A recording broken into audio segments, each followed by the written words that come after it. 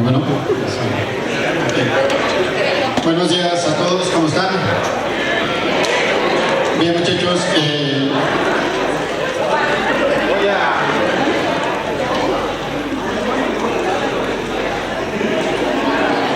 Voy a darles las instrucciones de protección civil.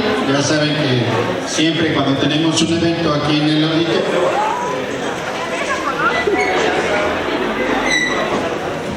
es importante conocer las medidas de protección civil. En caso de cualquier sismo o contingencia, de la mitad del auditorio salen por la puerta.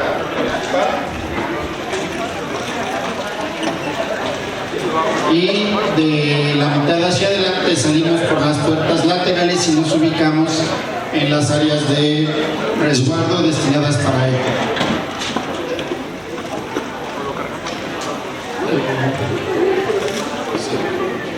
Se apaga el micrófono. Bien, en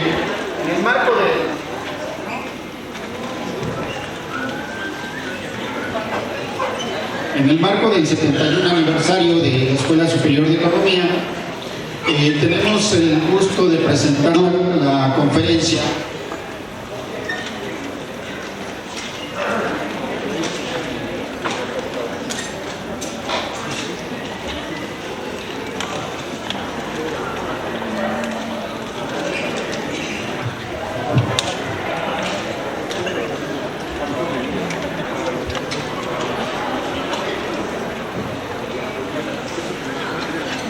así ya se escucha mejor.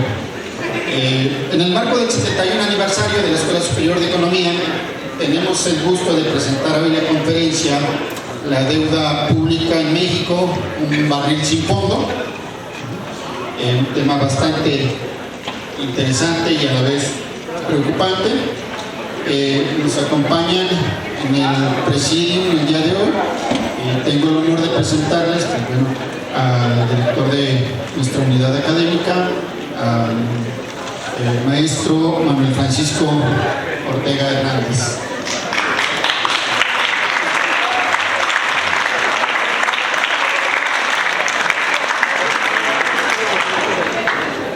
También nos acompaña la maestra Carolina Verduzco, profesora del Departamento de Historia.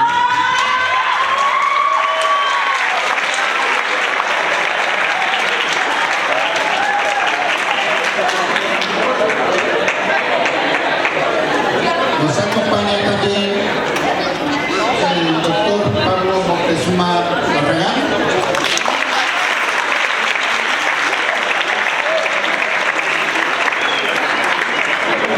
Y el doctor Héctor Torres González.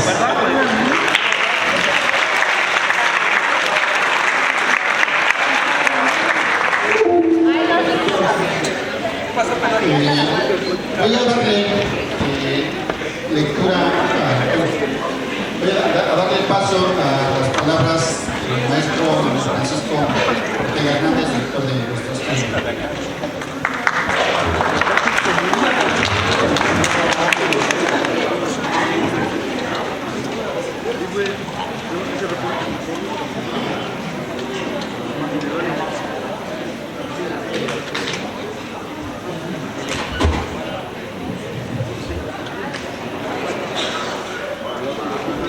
¿Qué tal?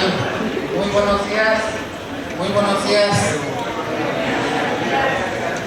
Agradezco la presencia de nuestros invitados, en este caso del doctor Pablo Moctezuma Barragán. Muchísimas gracias por acompañarnos.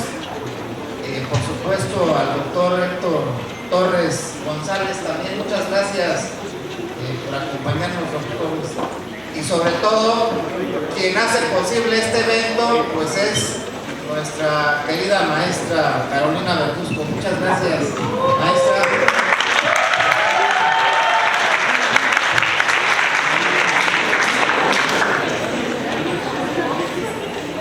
Y bueno, como acabamos de escuchar,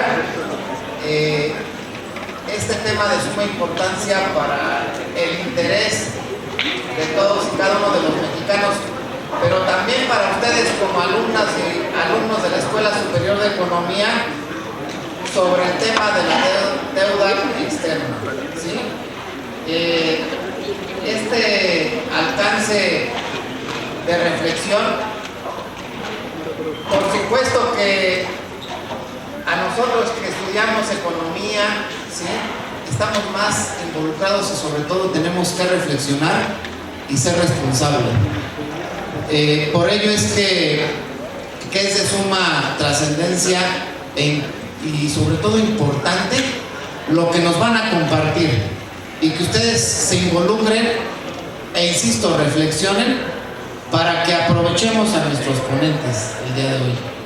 Entonces, sin más preámbulo, le cedo la palabra a la maestra Carolina Verduzco para que nos explique la dinámica y pues adelante, y que sea de mucho éxito y sobre todo un beneficio de conocimiento en este tema de la deuda pública.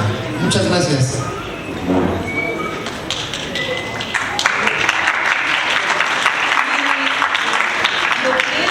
Protocolo de todas las conferencias es hacer una presentación de los ponentes. Yo creo que los ponentes no necesitan presentación y es más valioso lo que nos tienen que decir que hablar de un currículum, que cada uno de sus currículums ameritaría una conferencia en sí mismo. Entonces, me voy a saltar ese punto de protocolo, no voy a decir quién es Pablo Moctezuma Barragán y quién es Héctor Torres.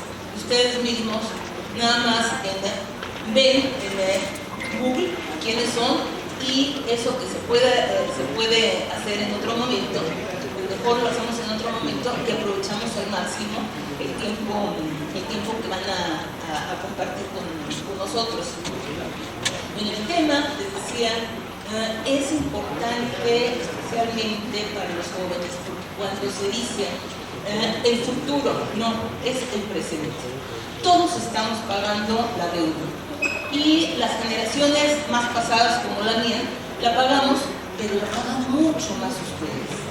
Nosotros tuvimos otras oportunidades, tuvimos más acceso a la educación, más acceso a la salud, tuvimos posibilidades de un empleo y aspirar a una pensión. Hoy esas son cuestiones que están canceladas para ustedes. Teníamos mejores servicios de salud, etc. Todos sabemos por nuestras familias, por nuestros abuelos, por nuestros padres, cómo era antes México y cómo los derechos constitucionales, son constituciones programáticas, se iba avanzando, cada vez estaba mejor.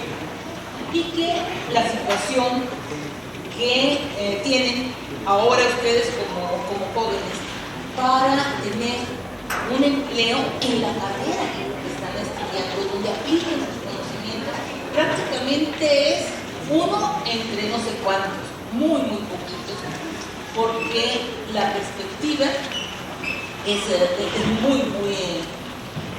muy negativa para el futuro si pensamos en lo que ha sido el desarrollo de la deuda. Y digo que lo estamos pagando porque se paga ya la deuda, porque dicen, sí, pues pueden decir que debemos que cada niño que hoy nace, ¿cuánto debe? ¿100,000 pesos? Cada niño que hoy más de 100,000 pesos actualmente. Bueno, pero ustedes no le están pagando, están ya pagando la deuda cada vez que ven que tienen cerradas las posibilidades de empleo, cada vez que asisten a un hospital y resulta que la cita es para dentro de 3 meses o dentro de 6 meses. Le están pagando cada vez que los servicios que requerimos no los tenemos y se nos dice ¿por qué? Porque no hay dinero.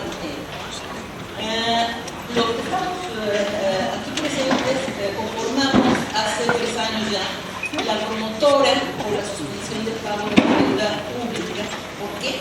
No puede ser que cada vez la perspectiva para las nuevas generaciones sea peor y peor, que se tenga cancelado la posibilidad de progreso. Eso no puede ser y no lo podemos admitir. Entonces, crear conciencia sobre esto es un tema académico, sí, un tema académico de ustedes como economistas, porque no es posible entender los problemas del México actual si no entendemos el problema de la deuda. Si no entendemos la deuda, no entendemos qué es lo que tenemos. Bueno, la intención entonces de esta conferencia es que se cobre conciencia de esto, que además de lo que representa, que nos van a comentar ahora nuestros ponentes, de lo que representa en términos académicos, también representa algo en cuanto a qué hacer. No se trata nomás de quejarnos. Cuando decimos suspensión del pago de la deuda, dicen, pues estaría bueno, pero bueno, eso es una utopía, eso no se puede. Sí se puede. Sí se puede y se ha podido en la historia de México, como nos van a comentar ahorita el doctor Pablo Moctezuma. Se ha podido a lo largo de la historia decretar la suspensión del pago de la deuda. Pero también han podido hacer mucho otros gobiernos y están haciendo. La experiencia del Ecuador. Hay que auditar la deuda. Hay que auditar la deuda porque en algunos países le llaman la deuda rosa, la deuda legítima, la deuda temporal. Porque la mayor parte de la deuda está fundada sobre fraudes como la de Fobaproa. Y no es posible que se sacrifique lo que son los derechos constitucionales que todos nosotros tenemos en función de estar pagando a una cantidad de usureros, de agiotistas, una deuda que nos están cobrando ilegítimamente. Entonces, ¿qué hacer ante eso? De esto es de lo que versará la conferencia de nuestros ponentes. Y les voy a pedir que las preguntas que les surjan las escriban para que al final las hagan llegar a los ponentes y ahorita decidiremos cómo se distribuyen ya al final algunos libros que nos trajeron para ustedes. ¿Sí? Bien, entonces, ¿con quién empezamos? ¿Contigo, Pablo, o contigo, ¿verdad? Bueno, entonces tiene la palabra el doctor Pablo Moctezuma Barragán.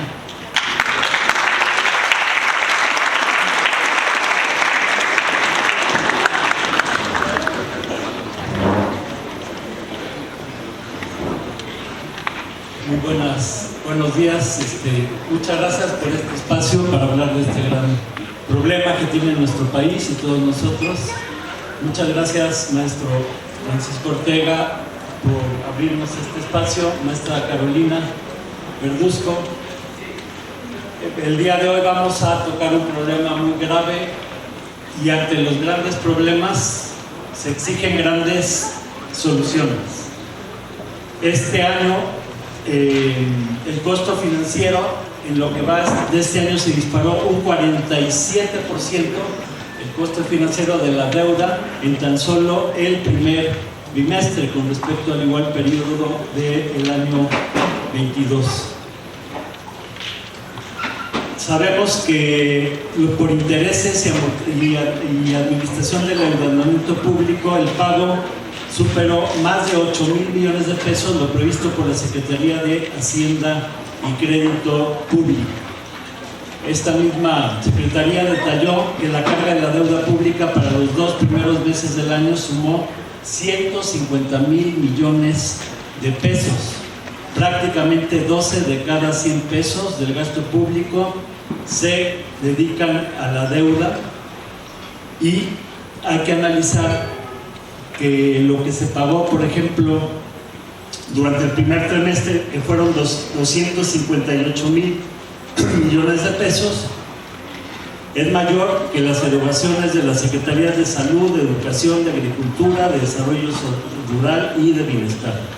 Fueron 258,000, mientras que para la inversión se dedicaron 172, para el bienestar 129, para la salud 27,000, para la educación pública 87,000 millones de pesos y para la agricultura y desarrollo rural 25,000 millones de pesos, según datos que el maestro Héctor Torres González ha analizado.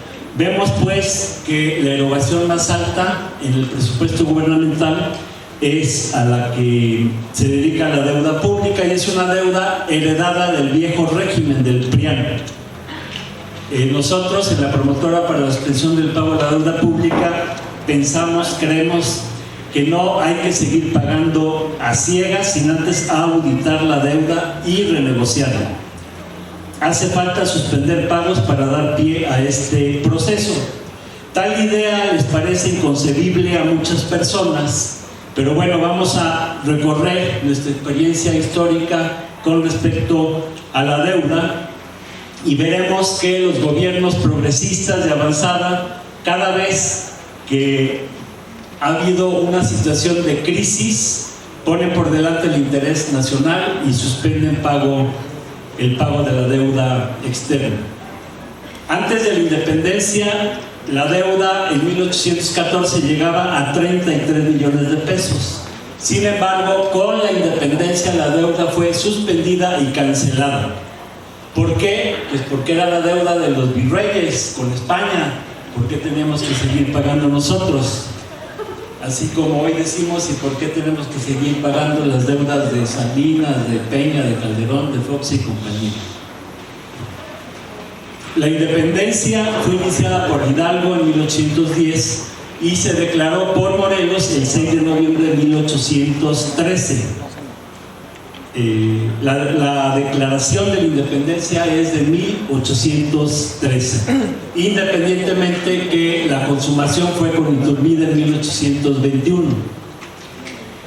Morelos en 1814, ojo, decretó: todo americano que deba cualquier cantidad a los europeos no está obligada a pagarlo.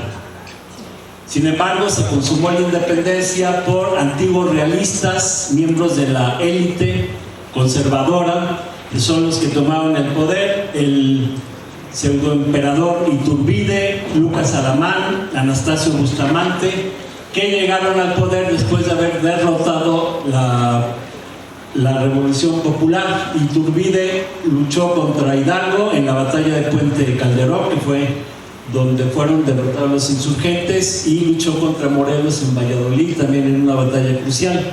Entonces, los más grandes enemigos de la independencia son los que llegaron al poder en 1821, y entonces empezaron a gestionar deudas hacia el exterior.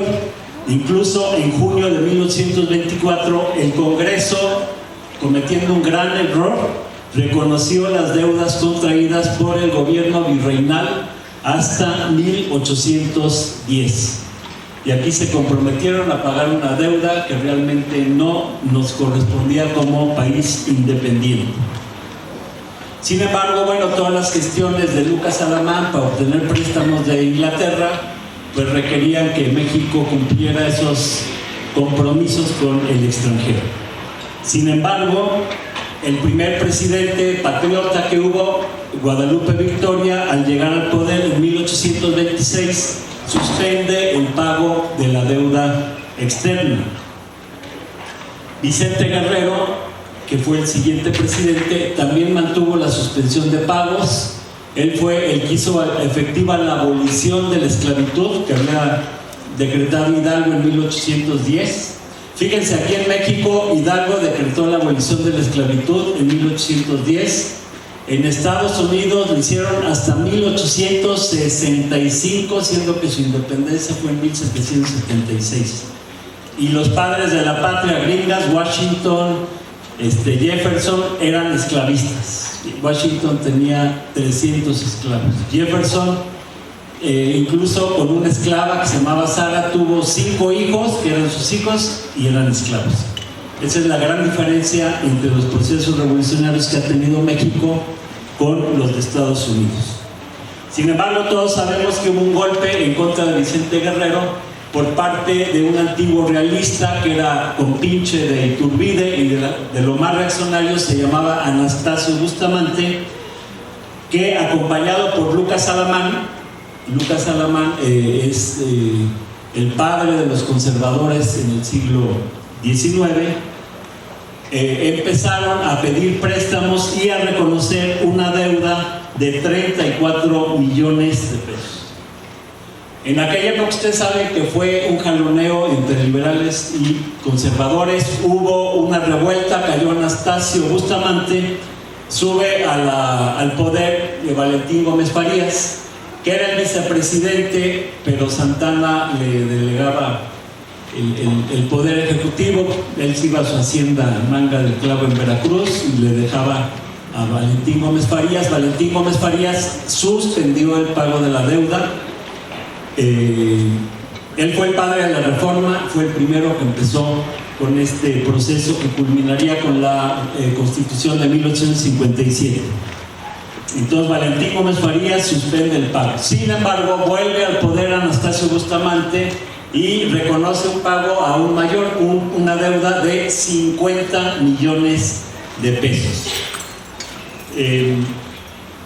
Desde luego, durante la invasión norteamericana, se mantuvieron suspendidos los pagos de la deuda, y es Santana el que, para congraciarse con los extranjeros, sabemos que Santana fue el gran traidor de nuestra historia. Él se puso de acuerdo con el presidente Polk de Estados Unidos para llevar la guerra de tal modo que México fuera derrotado, y se apresuró a ceder la mitad de nuestro territorio con los tratados de Guadalupe.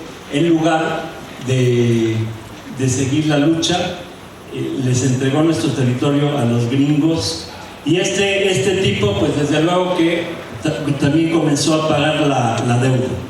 Entonces, hasta aquí vemos cómo los conservadores son los que pagan y pagan, y los liberales son los que ponen un alto. Viene la revolución de Ayutla en 1855, encabezada por Juan Álvarez y por Ignacio Comonfort. Sin embargo, Comonfort, después de hacer la Constitución, traiciona, se da un autogolpe de Estado, luego los conservadores lo derrocan, y viene la guerra de 3 años, en el cual Miramón, Zuluaga, conservadores de muy rancios, fueron los que usurparon la presidencia durante estos 3 años y siguieron endeudando al país, pero en términos ridículos, al grado que Miramón pidió un préstamo a un suizo, Jaeger, en el cual se comprometía a pagar 16 millones de pesos a cambio que le dieran 1 millón de pesos. Así, de ese tamaño, los compromisos de los conservadores.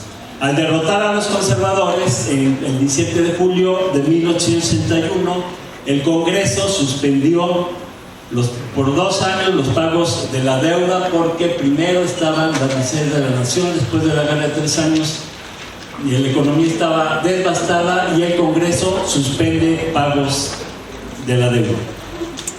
Más tarde, en 1867, tras vencer a los invasores extranjeros, y bueno, esta fue una gran hazaña nuestra, porque el ejército francés era el más poderoso del mundo, acababa de conquistar el norte de África, Indochina, y en 50 años no había sido derrotado.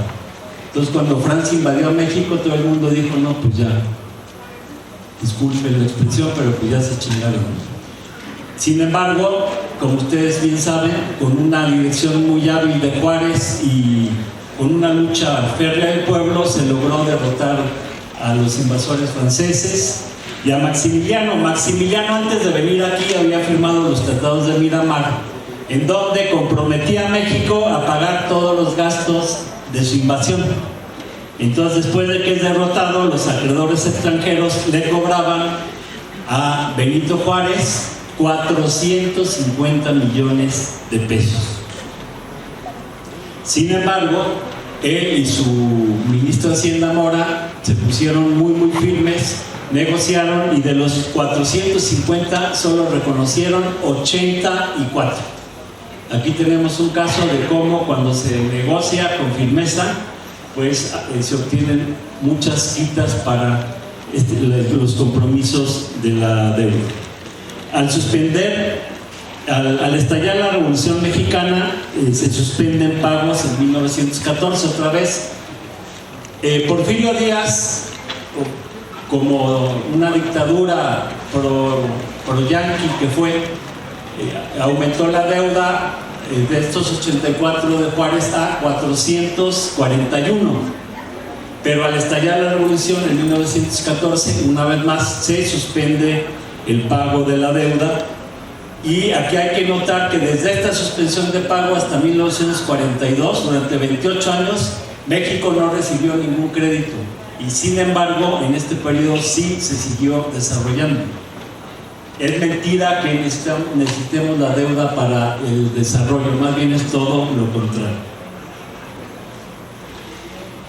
Y bueno, hay que ver la posición de Zapata. Zapata, en su exposición al pueblo mexicano y al cuerpo diplomático en 1916, manifestó que la revolución no reconocería los préstamos pedidos por el gobierno ni ningún tipo de obligación, igual que había dicho antes Morelos.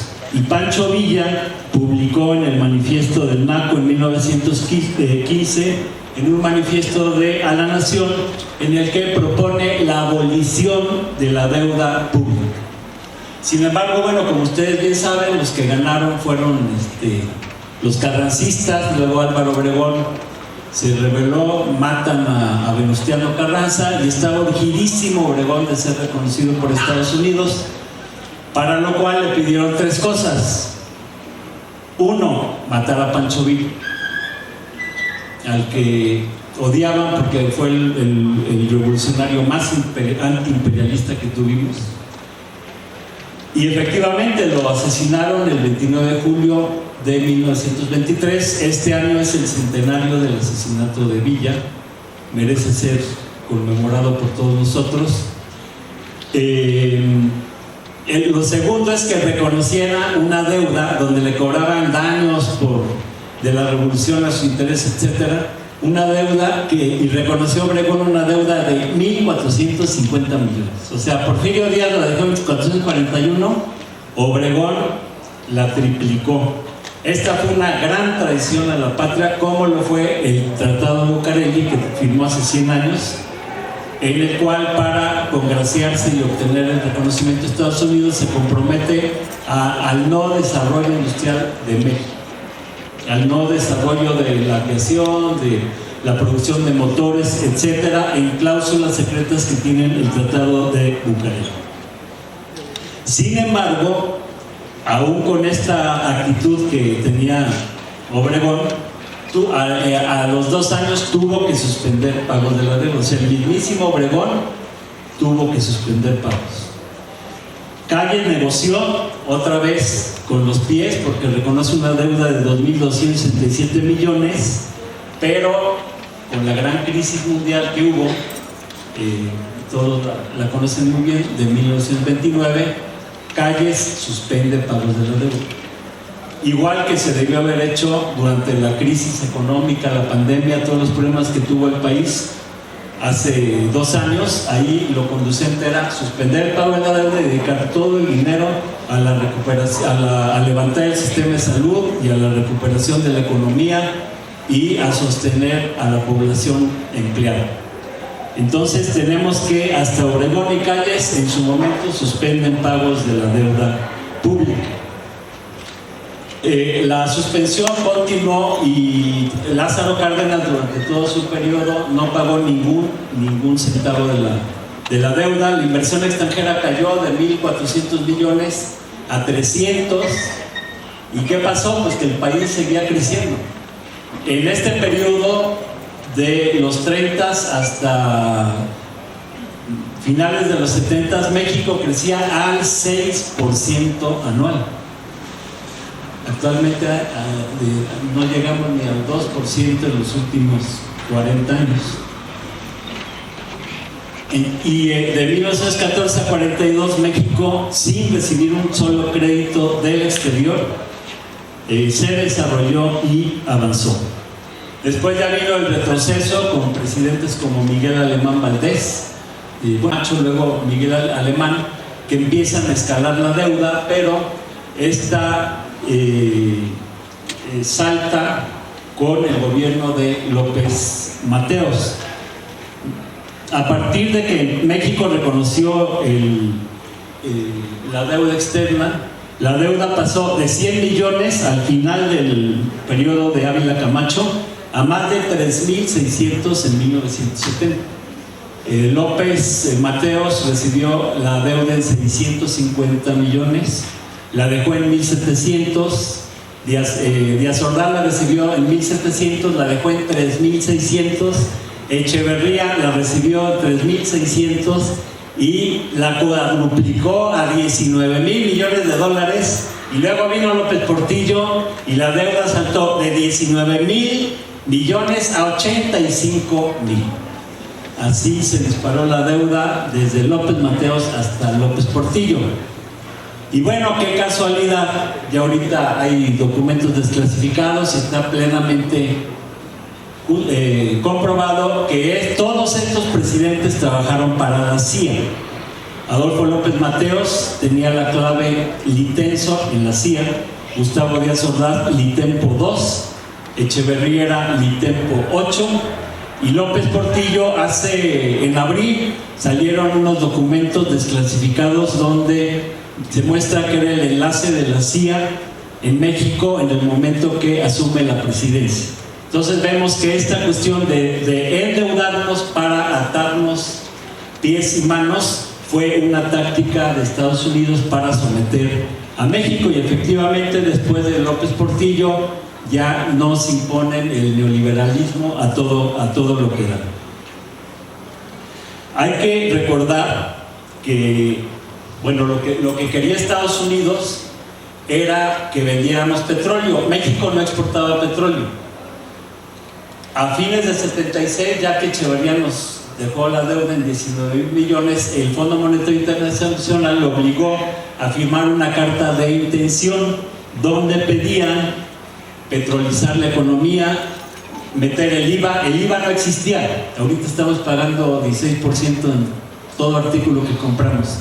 El IVA no existía desde la independencia, son lo que eran las famosas alcabalas, y hay que recordar que Hidalgo y Morelos se levantaron en contra de las alcabalas, que era el impuesto por comprar y vender, y estas alcabalas se suspendieron hasta que México entra bajo la égida del Fondo Monetario Internacional con el IVA, que empezó en el 6%, luego pasó al 10, al 15, al 16%.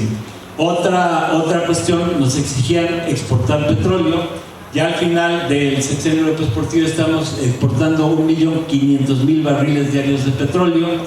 Le exigió al gobierno recortar gastos en salud y en educación. Vemos en la pandemia cómo está el sector salud, y esto ha sido una política del Fondo Monetario Internacional, del Banco Mundial, que son dirigidos por Washington, para que México destinara sus principales recursos al pago de la deuda. México era un exportador de alimentos hasta los 70. Desde 1850 hasta los 70, una gran parte de las entradas de divisas del país, o la principal, era la exportación de artículos agrícolas. Cuando entra el Fondo Monetario Internacional, da un cambio radical, y es cuando empezamos a importar en lugar de exportar alimentos. Actualmente estamos importando casi la mitad de los alimentos. México que es el lugar donde se creó el maíz. Hace 9,000 años el maíz no existía. Nuestros ancestros hicieron experimentos con dos plantas, el Trisecum y el Teocintle, crearon el maíz. México es la tierra del maíz, que luego se extendió a toda América, y sin embargo hoy es el primer importador de maíz del mundo, de maíz amarillo. El año pasado se gastaron como 20,000 millones de dólares en importar maíz, trigo, soya, leche, aceite, etc. Entonces, esta soberanía alimentaria la teníamos antes de este endeudamiento y del compromiso con el Fondo Monetario Internacional, y se perdió gracias o debido a este proceso. Y como dije antes, estábamos creciendo al 6% y desde que entró el neoliberalismo, el crecimiento apenas alcanza el 2%. Con Salinas de Gortari la deuda llegó a 131 mil millones de dólares. Ahora, hay que ver que siempre se ha pagado más de lo que recibimos. Con Salinas, la deuda ya en los últimos 10 años ya se habían pagado más de 200 mil millones de dólares. O sea, se ha venido pagando más de lo que recibimos. Cedillo lo que hizo fue aumentar la deuda interna, que también es externa porque muchos extranjeros compran deuda interna.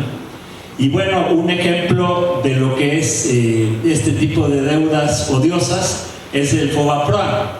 En primer lugar, el FOBAPROA se dio porque los banqueros, la cúpula de los banqueros empezaron a prestarse entre sí, creaban empresas patitas, los prestaban, luego quebraban, o sea, hicieron un robadero al grado que la banca privada iba a quebrar. Entonces lo que hace Cedillo, en lugar de meterlos al bote y hacerlos que pagaran, convertir ese robo o esa deuda privada en deuda pública por 552 mil millones de dólares. Bueno, pues ahorita ya pagamos casi el doble y todavía debemos 1.2 billones. O sea, ya pagamos el doble, pero ahora vamos a tener que pagar el cuádruple. Así de usurera es la deuda pública. Vicente Fox dejó la deuda pública en 1.7 billones o millones de pesos, pero ojo, recibió por el petróleo 347 mil millones de dólares y aún así nos siguió endeudando. Calderón dejó la deuda en 5.2 billones, habiendo recibido por el petróleo 400 mil millones de dólares, pero nos siguió endeudando. Y Peña Nieto deja la deuda en 10.5 billones de pesos, o sea, millones de millones. Peña Nieto recibió también alrededor de 300 mil millones por el petróleo, pero nos siguió endeudando. Pues resulta que cuando empieza el gobierno actual estaba en 10.5 billones y actualmente ya está en 14 billones de pesos. Este año vamos a tener que pagar 1.200.000 millones de pesos por intereses de la deuda. Entonces, bueno, las lecciones son claras. Durante la independencia, la reforma, la revolución, los presidentes de avanzada como Guadalupe Victoria, Guerrero, Valentín Gómez Farías, Benito Juárez, tras la revolución y hasta Lázaro Cárdenas, su posición era suspender pagos y en todo caso negociar. Hay que decir que Cárdenas suspendió el pago de la deuda. Cuando termina su gobierno nos cobraban 400 millones, pero estaban urgidos los acreedores ya en arreglarse y la deuda quedó en 40. O sea, cuando Juárez negoció de 450 a 84 y después de Cárdenas de 400 a 40. Toda la experiencia histórica es que cuando se suspenden pagos, se audita y se negocia, se obtienen quitas impresionantes. De toda esta experiencia, pues lo que nos queda decir y reflexionar es que hoy por hoy más que nunca es necesario suspender el pago de la deuda para resolver problemas gravísimos que tiene nuestro país. Está el problema del agua y que cada vez se va a estar agravando y que requiere de grandes inversiones. Está el problema alimentario. México tiene cerca de 200 millones de hectáreas. Se pueden sembrar 36, pero solo se siembran 18 y solo se riegan 6. Y además hay millones de campesinos desempleados. México, invirtiendo en el campo, puede ser autosuficiente con toda facilidad. También otro rubro importantísimo es aumentar la pequeña producción, la mediana producción y generar empleo. Ustedes saben muy bien que la población económicamente activa es de 59 millones de personas, pero hay que considerar que las que están en edad de trabajar son como 80. 20 millones de mexicanos no están en la población económicamente activa porque no buscan trabajo. El PEA es la población que tiene o busca trabajo. Muchas amas de casa que no encuentran guarderías, en fin, condiciones para laborar, no lo hacen. Bueno, de estos 59 millones solamente tienen empleo fijo 22 millones. Entonces, aquí queda clarísimo que hace falta una muy fuerte inversión en el empleo. Por ejemplo, se acaba de descubrir que hay litio en México. ¿Qué es lo que hizo Cárdenas cuando expropió el petróleo, cuando lo nacionalizó? Levantó una industria, Pemex, y una industria petroquímica, y empezamos a producir gasolina. Actualmente, si se nacionaliza el litio, lo procedente es invertir en una industria nacional, en fabricar autos eléctricos por parte de México, del Estado, y que no tenga que venir un gringo Tesla aquí a producir autos eléctricos. Entonces, aquí hay una inversión necesaria. Otra inversión es en vacunas. México fue autosuficiente en vacunas. Hasta exportábamos vacunas hasta 1999, cuando llega Cedillo, crea Birmex, y que en lugar de producir las vacunas empezó a comprarlas. Y bueno, fueron los negocios, imagínense, de Fox y de Calderón con la compra de vacunas. Y ahorita estamos viendo el costo que tuvo en la pandemia la compra de vacunas, cuando hemos sido productores de vacunas y podemos perfectamente serlo. Si Cuba, que lleva 60 años bloqueada, castigada, produjo 5 vacunas, ¿por qué México no? Entonces, bueno, en esto es otro de los rubros en los que hay que invertir. De modo que si suspendemos pago de la deuda, acompañado de aumentar impuestos a las grandes fortunas, sabemos que durante la pandemia los más ricos aumentaron su riqueza un 40%. Carlos Slim aumentó su riqueza en estos años de 60 mil millones de dólares, del 18K a 80 mil millones de dólares. Pues hay que cobrar un impuesto a las grandes fortunas. Hasta el mismo Biden está proponiendo esto. Y por otro lado, cobrarles impuestos debidamente a las corporaciones. Todos nosotros pagamos un 35% de impuestos por impuestos sobre la renta, 35%. Las corporaciones pagan el 2.4%. Y estos son datos de Raquel Buenrostro, que es la secretaria de Economía. Y las mineras, agárrense, las mineras pagan el 0.002%. Entonces, se suspende el pago de la deuda mientras se audita, tenemos toda esa cantidad para invertir en el desarrollo, se aumentan los impuestos a las corporaciones y a las grandes riquezas, y el gobierno tendría todos los fondos necesarios para cubrir las necesidades más urgentes por las que está atravesando nuestro país. Muchas gracias.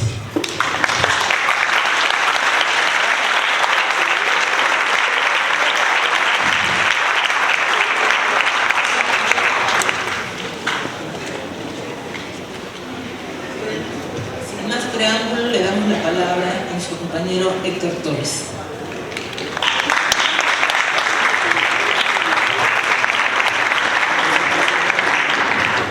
Gracias, buenas tardes por acompañarnos. El tema de la deuda es un problema económico. Es un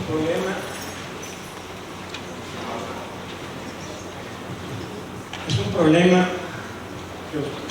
que los estudiosos como ustedes de la economía tienen que abordar. La deuda pública es un problema económico, pero también es un problema político y social. La deuda no solamente son números,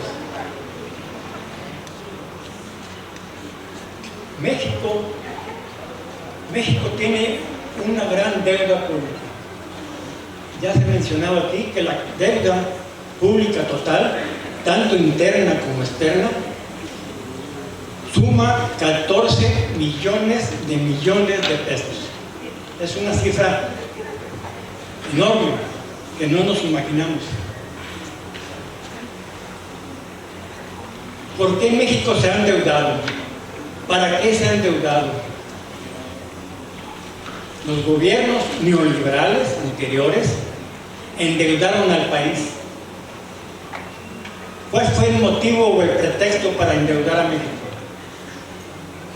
Ellos dijeron que endeudaban al país para invertirlo y para que México creciera, para que se creara riqueza, para que hubiera empleos. Y lo cierto es que los gobiernos neoliberales anteriores endeudaron al país y el país siguió igual de pobre, se empobreció más, se hizo más injusto. ¿A dónde fue a dar esa gran cantidad de deuda pública? En México existe una ley, la ley de la deuda pública, que dice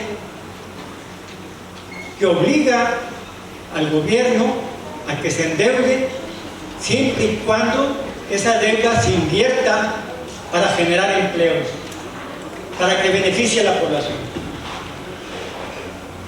Lo cierto es que la enorme deuda que tiene México no ha beneficiado a la población. ¿A dónde fue a dar esos grandes préstamos a la deuda? ¿En qué se invirtieron?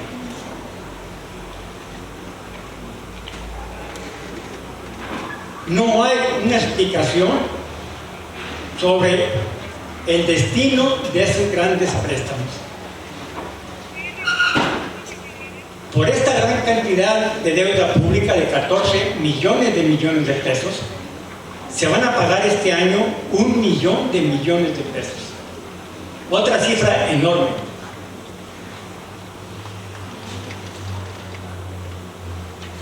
El presidente López Obrador ha dicho que las remesas que envían nuestros compatriotas de Estados Unidos aquí a México, las remesas, son una bendición para México, porque ese dinero que llega de los trabajadores inmigrantes benefician a la población y que es una bendición.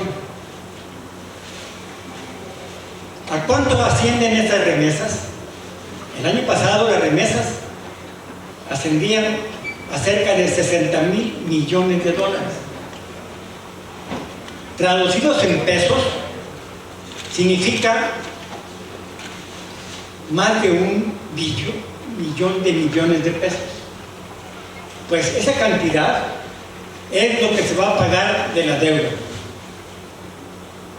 Si las remesas son una bendición, el pago de intereses y comisiones de la deuda es una maldición.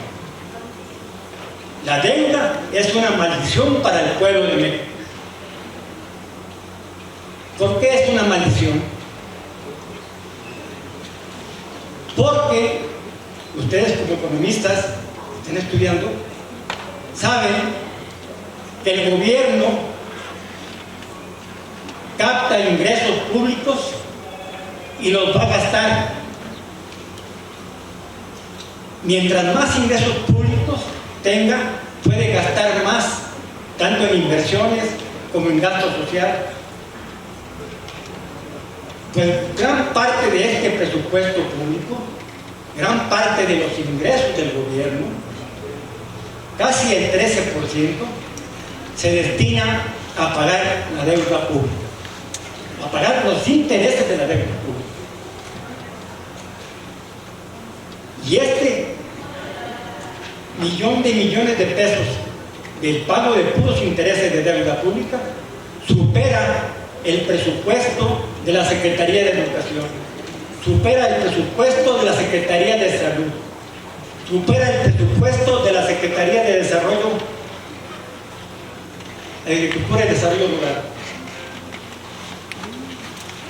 Y estos altos intereses de la deuda también superan todos los programas sociales que tiene el gobierno, todos los programas prioritarios, las becas, Sembrando Vida, las pensiones para los adultos mayores, etc. El costo de los programas sociales es de 600,000 millones de pesos. El pago de intereses es casi el doble. Y lo mismo ocurre con los programas prioritarios. El pago de la deuda supera al costo del Tren Maya, del proyecto transísmico y de otros proyectos de inversión. Esto significa que en los hechos se le está pagando más a los grandes acreedores de México que al pueblo de México.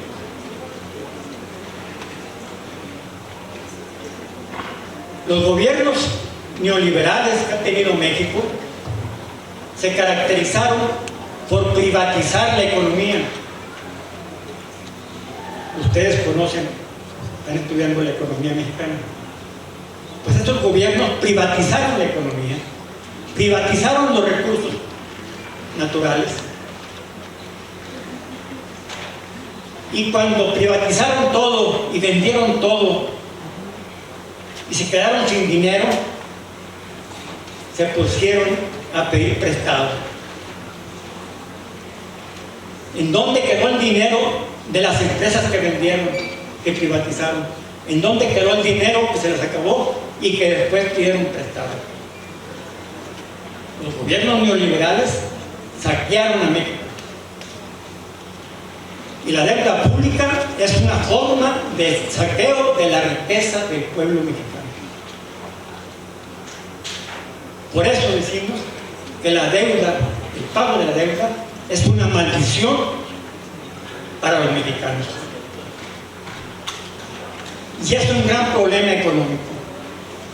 Ustedes saben, más que nosotros, que el estudio de la economía es para hacer una economía eficiente, productiva, pero sobre todo que traiga justicia social, que beneficie al pueblo.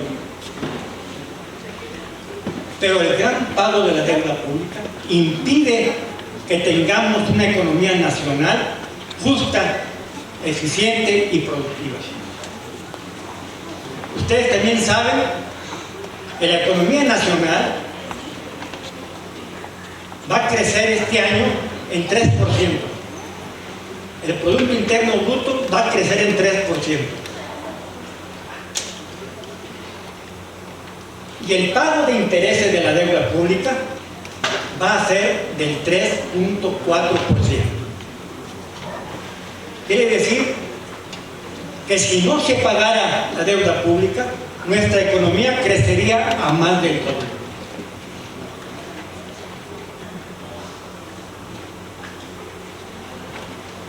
Este es el gran reto que tiene México. O se paga a los grandes acreedores, grandes prestamistas, gran cantidad de recursos financieros, o ese dinero se invierte para el bienestar de México. Esa es la disyuntiva que tenemos hoy. La deuda pública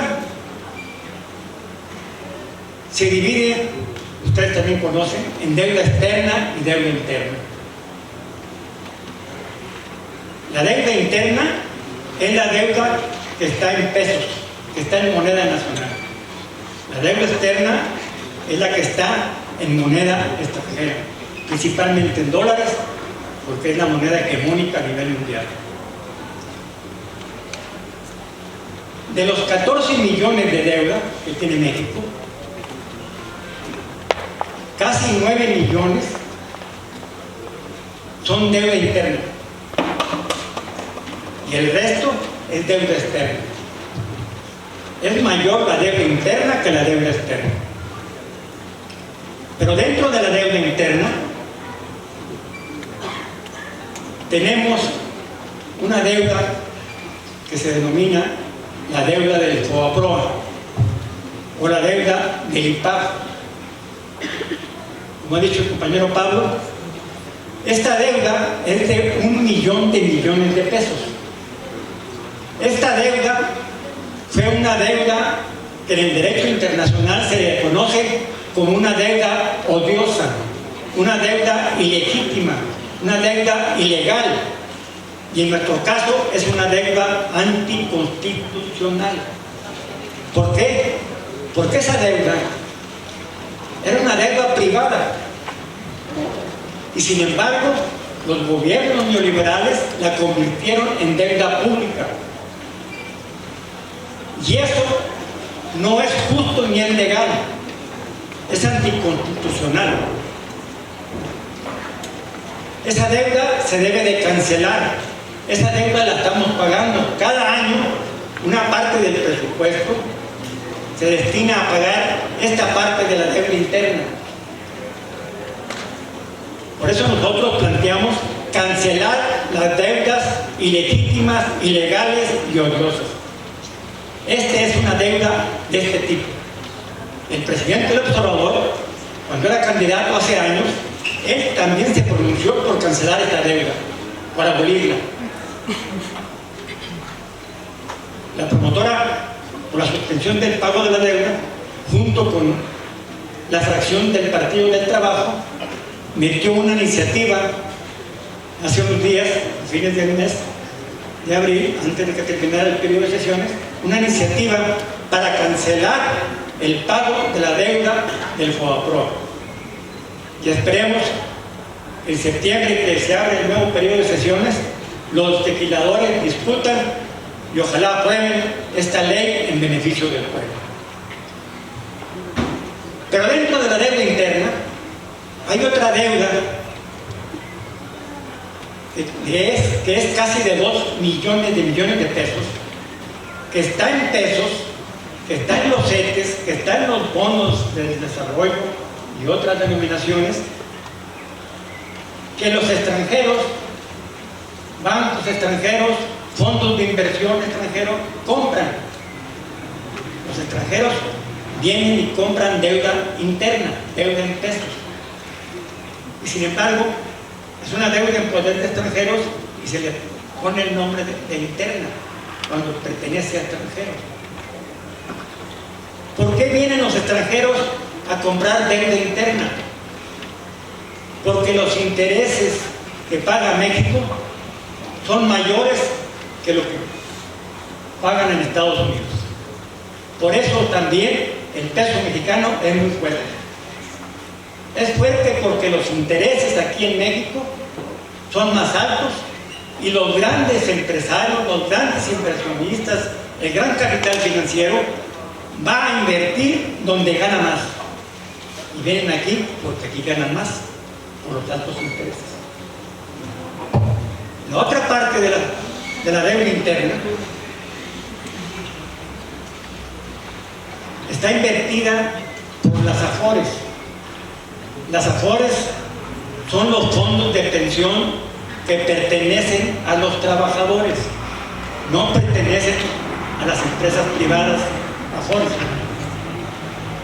Aquí son 2 millones de pesos. Forma parte de la deuda interna.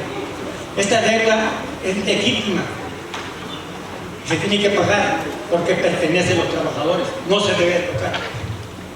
En cuanto a la deuda externa, que está en dólares, 100,000 millones de dólares pertenece al gobierno federal y otros cerca de 100,000 millones también de dólares es la deuda de Pemex. Tenemos a Pemex endeudado. Pemex es una de las empresas más endeudadas del mundo. La endeudaron los gobiernos anteriores, los gobiernos neoliberales. El problema de la deuda actualmente es de tal gravedad porque en estos 4 años que lleva López Obrador, la economía no ha crecido, está casi en cero. El crecimiento económico o el nivel de la producción está similar a 2018. Por eso un mayor crecimiento económico con justicia social. ¿Y de dónde se van a obtener los recursos financieros para crecer en México con justicia social? Se tienen que obtener no pagando la deuda pública. Si México no pagara durante 2 años los intereses de la deuda, habría suficientes recursos para darle un gran impulso a la economía nacional y para remediar muchos problemas sociales que tiene nuestro país. La falta de empleos, los bajos salarios, la pobreza, el abandono del campo, la falta de una planta industrial, porque ahora somos maquiladores. Para eso serviría el no pagar la deuda. Debido a la pandemia, muchos países en el mundo tuvieron el dilema de atender la crisis de salud o pagar la deuda. Muchos países pobres no podían pagar la deuda. ¿Y qué hizo el Fondo Monetario Internacional en el 2020 y 2021? Condenó la deuda de los países pobres. Más de 50 países del mundo, de África, de Asia, América Latina, se acogieron a no pagar la deuda para destinar esos recursos para remediar los problemas de salud por la pandemia. De manera que suspender el pago de la deuda ya lo hicieron los mismos del Fondo Monetario Internacional y no les resultó porque todavía sigue de grave. El Papa Francisco también se pronunció porque los países pobres no paguen la deuda. El presidente López Obrador dijo en una reunión con el grupo de los 20, los países más ricos del mundo,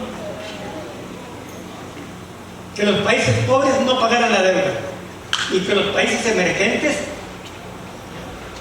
pagaran menos, con menos intereses. Pero México, ¿qué es? ¿Somos un país emergente? ¿Somos un país en desarrollo medio? ¿Somos un país pobre? Yo digo, México es un país empobrecido. La mitad del pueblo mexicano vive en la pobreza. Si México es pobre, no debe de pagar la deuda. Hay resoluciones de la ONU, que dicen, si el pago de la deuda interfiere en atender los derechos humanos, se debe priorizar atender los derechos humanos y después el pago de la deuda. El presidente Lázaro Cárdenas, el que creó el Instituto Politécnico Nacional, dijo en 1936, dijo, México va a cumplir con sus obligaciones, sus compromisos de deuda, pero primero va a atender el progreso social y cultural y político del pueblo mexicano. Esa es la directriz que dio el presidente Lázaro Cárdenas. Si estoy en el dilema de pagar la deuda o atender al pueblo, primero atiendo la deuda social en vez de la deuda pública. Y ese debe ser un principio de política económica ante la deuda pública. La deuda pública es una maldición porque nos encadena, sacrifica al pueblo de México.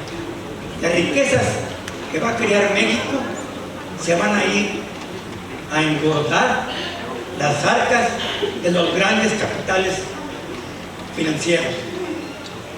¿A quién le debe México? México le debe principalmente a fondos de inversión y a bancos privados.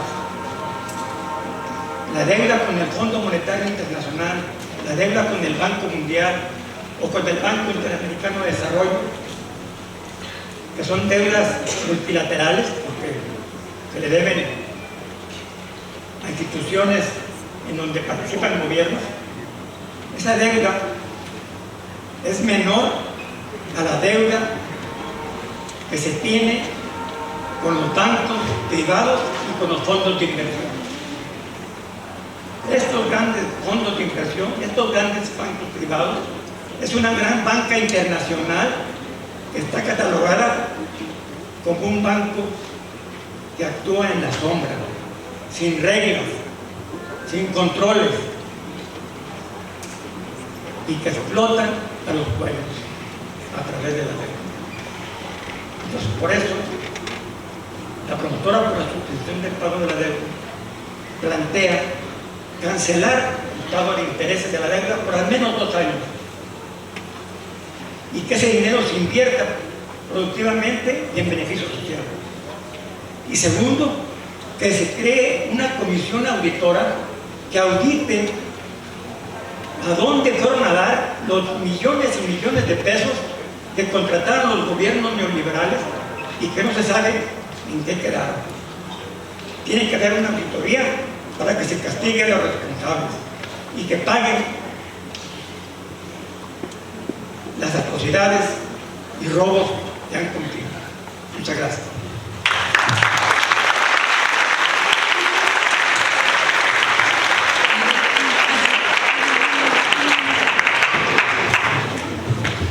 Un comercial. Está este texto que contiene el resumen de la historia de la deuda.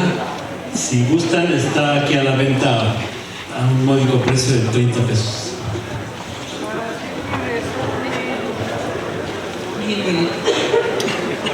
La maestra Gaby, que es nuestra presidenta de la Academia de Metodología, me sugiere un cambio de la dinámica que habíamos pensado, o que yo les había planteado. Me dice ella que dé oportunidad de 3 intervenciones de ustedes para que la contesten los compañeros ponentes.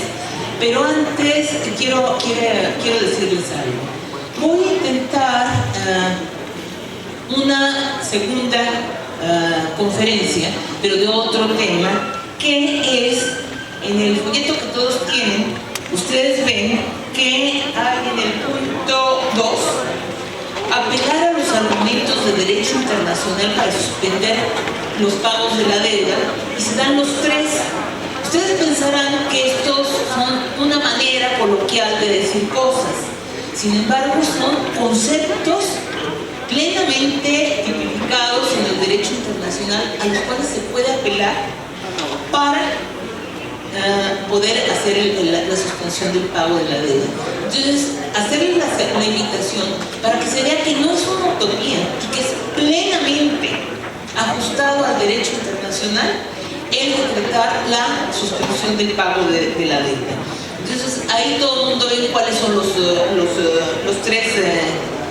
tres argumentos: el estado de necesidad, 2, el cambio fundamental de circunstancias, y 3, causas de fuerza mayor.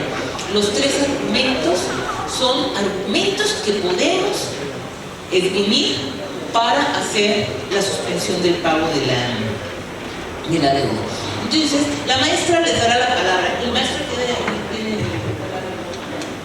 3. A ver, una cosa, ¿se hacen las 3 preguntas y después se contestan? Sí. ¿Sí? Bien. Entonces, el maestro Pablo, ¿quién más? Por acá hay otra, la compañera, ¿quién más? 3. Muy bien. Buenas tardes a todos. Nos da mucho gusto que estén estudiantes en este evento tan importante. Agradecer mucho la participación de los expositores que son expertos en este tema, y agradecer toda esa información que nos han compartido. Me queda claro, soy Faustino Torres, servidor de ustedes, profesor de macroeconomía. Me queda claro el tema de la deuda, y en verdad, siendo sincero, aún siendo profesor de macro, no había yo dimensionado el alcance de lo que implica la deuda pública para un país como el nuestro. tengo una sola inquietud. Bueno, tengo varias, pero una que creo que sí en lo personal me retroalimentaría bastante, y supongo que a los compañeros estudiantes también.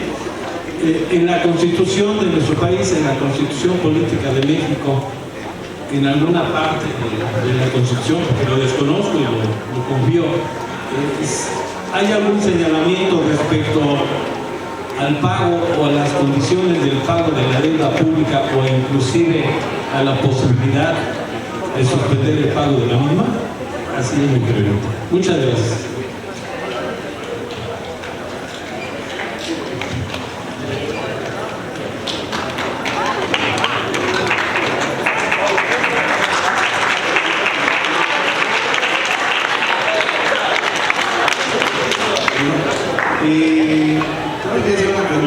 ¿Puedo hacer varias preguntas o nada más es una por persona? Bueno, ¿sí? ¿Dos? Ok, está bien, gracias. Bueno, con lo que dijo al inicio la licenciada Carolina, que me pareció interesante, es sobre que se nos dice a muchos que el futuro de México está en nosotros, pero por ejemplo hay cosas como, por ejemplo, la pensión ahora ya no se nos puede acreditar y ahora tenemos que invertir en nuestro propio Afore, o sea que básicamente ahora tenemos que pagar por nuestra jubilación.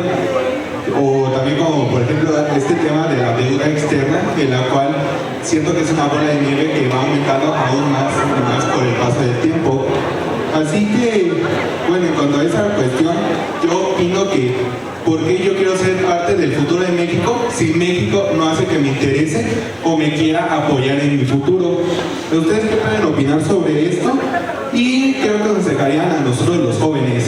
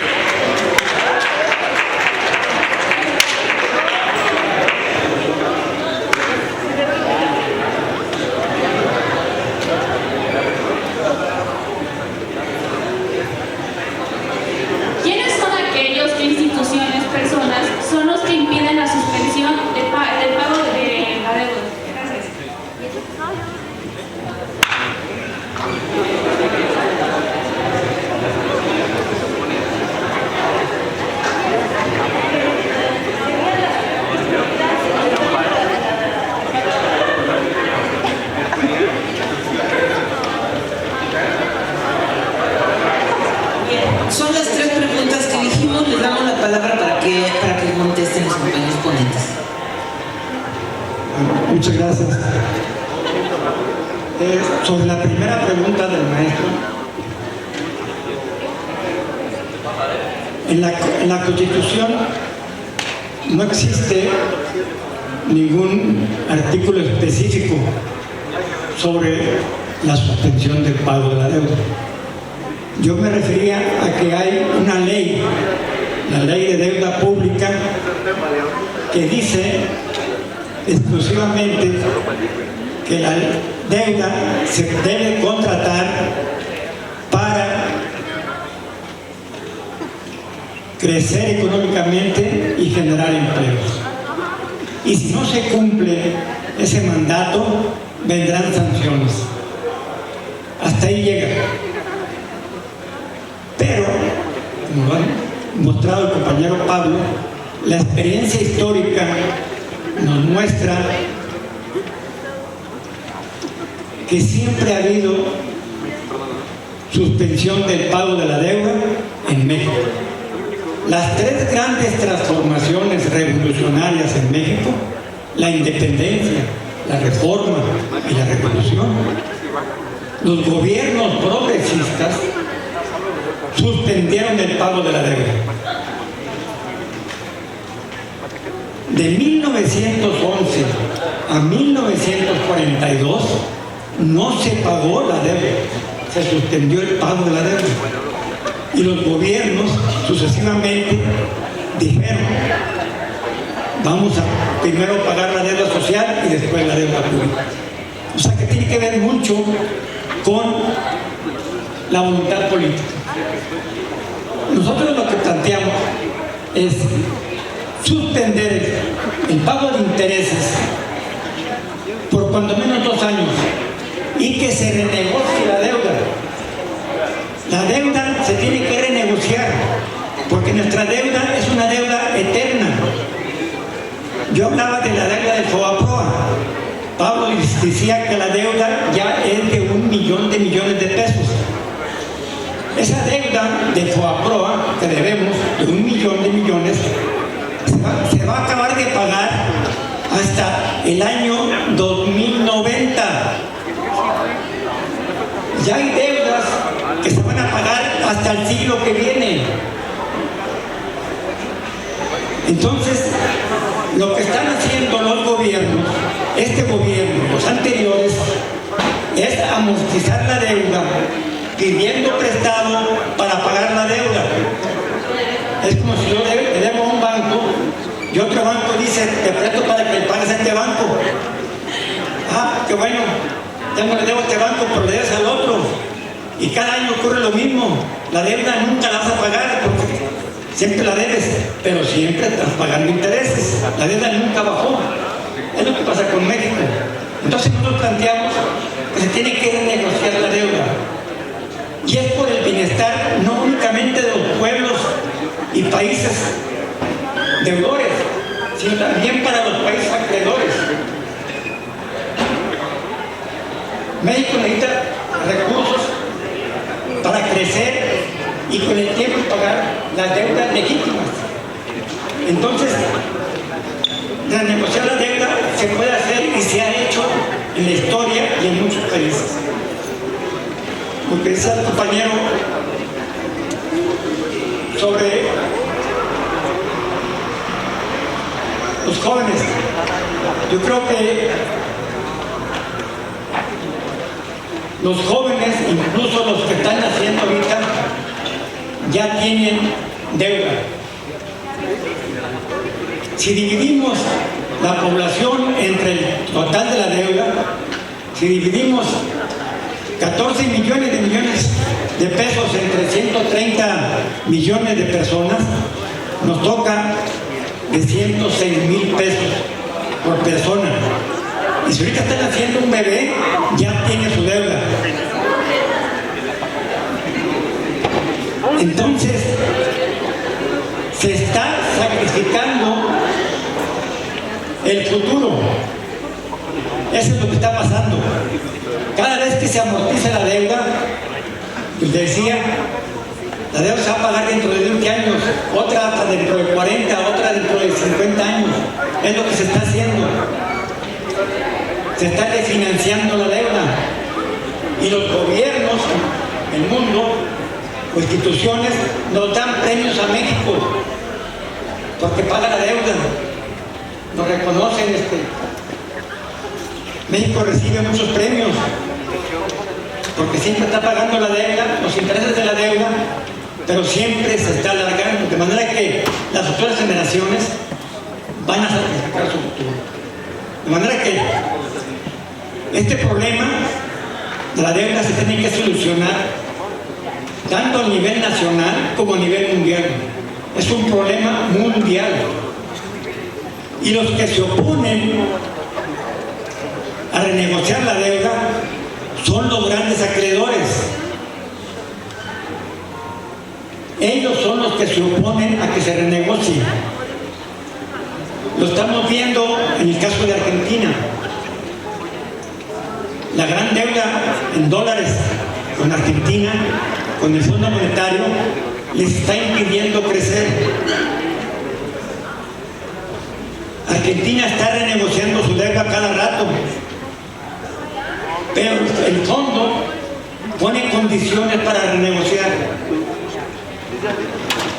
Lo obligan a que se sacrifique, lo obligan a que haya desempleo, lo obligan a que aumenten los impuestos a los pobres. Por eso es una forma de oponerse a que renegocies. Pero si existe un gran bloque internacional de países latinoamericanos y países del mundo, se puede modificar las reglas del juego a nivel internacional. Hace unos meses vino el presidente de Bolivia y habló en la Cámara de Senadores y él planteó que se suspendiera el pago de la deuda.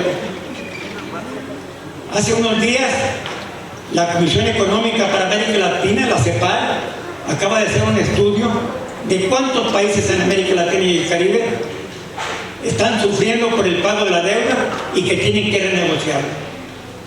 Entonces tiene que haber un gran movimiento, tanto nacional como internacional, para obligar a las instituciones multilaterales y corporaciones privadas internacionales a que cambien las relaciones financieras internacionales. El orden económico y financiero mundial es injusto. Y buena parte de esta injusticia es por la deuda que deben los países pobres. Entonces es posible crear un gran frente de países deudores, de países pobres, para negociar con los países ricos y buscar mejores formas de pago de esa deuda, plazos, quitas, moratorias, pero todo va a ser en bien de un futuro mejor para el mundo. Nada más para dimensionar la cuestión del FOBAPROA. Ya comentamos que empezó con una deuda de 552,000 millones de pesos, que actualmente se debe alrededor de 1 billón, casi el doble, y que hay que pagar todavía 1.2 billones a futuro. Okay. Pero, a ver, se los dejo de tarea, cómo es que si cada año, por ejemplo, este año se van a pagar 52,000 millones de pesos del FOBAPROA, de intereses. O sea, empezamos a pagar anualmente 35,000 millones, luego subió a 40, ahorita anda en 50,000 millones, durante 30 años. El FOBAPROA pues, fue en 95, bueno, 28 años. Cada año pagando de 40 a 50,000 millones de dólares y resulta que ya debemos el doble. A ver quién me explica eso. Bien, solo para terminar voy a decir algo muy breve respecto a lo que me planteó el compañero y tendremos oportunidad de seguir platicando al respecto. Dice, ¿por qué tengo que hacer yo algo por México si México no hace por mí?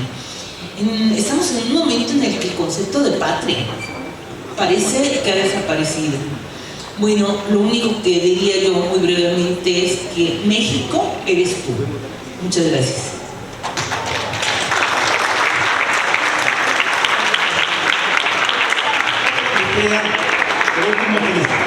Quería felicitarlos porque la economía es una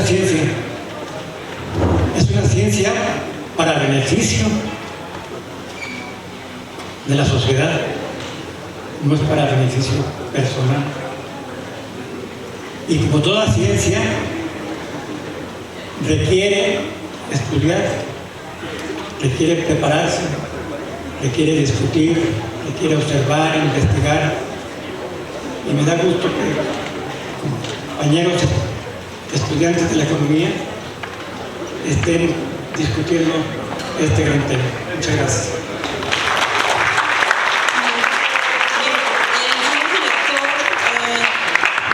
Una disculpa porque se vio la necesidad de retirarse, pero me dejó unos reconocimientos para los ponentes y yo le voy a pedir a nuestra jefa de academia, la maestra Gaby, que sea ella quien haga entrega de estos reconocimientos.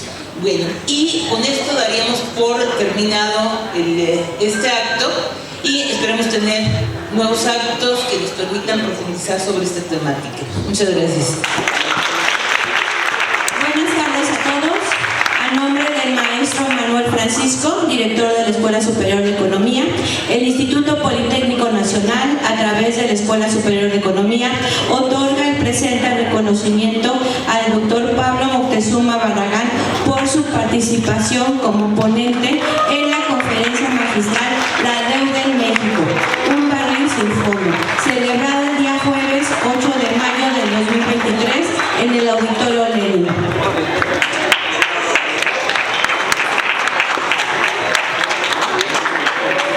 También entregamos al licenciado Héctor Torre González por su participación como ponente en la conferencia magistral La Deuda Pública en México, un barril sin fondo, celebrada el día jueves 8 de mayo del 2023 en el Auditorio Lenin de la Escuela Superior de Economía. Firma en ambos el maestro Manuel Francisco Ortega Hernández, director de la Escuela Superior de Economía.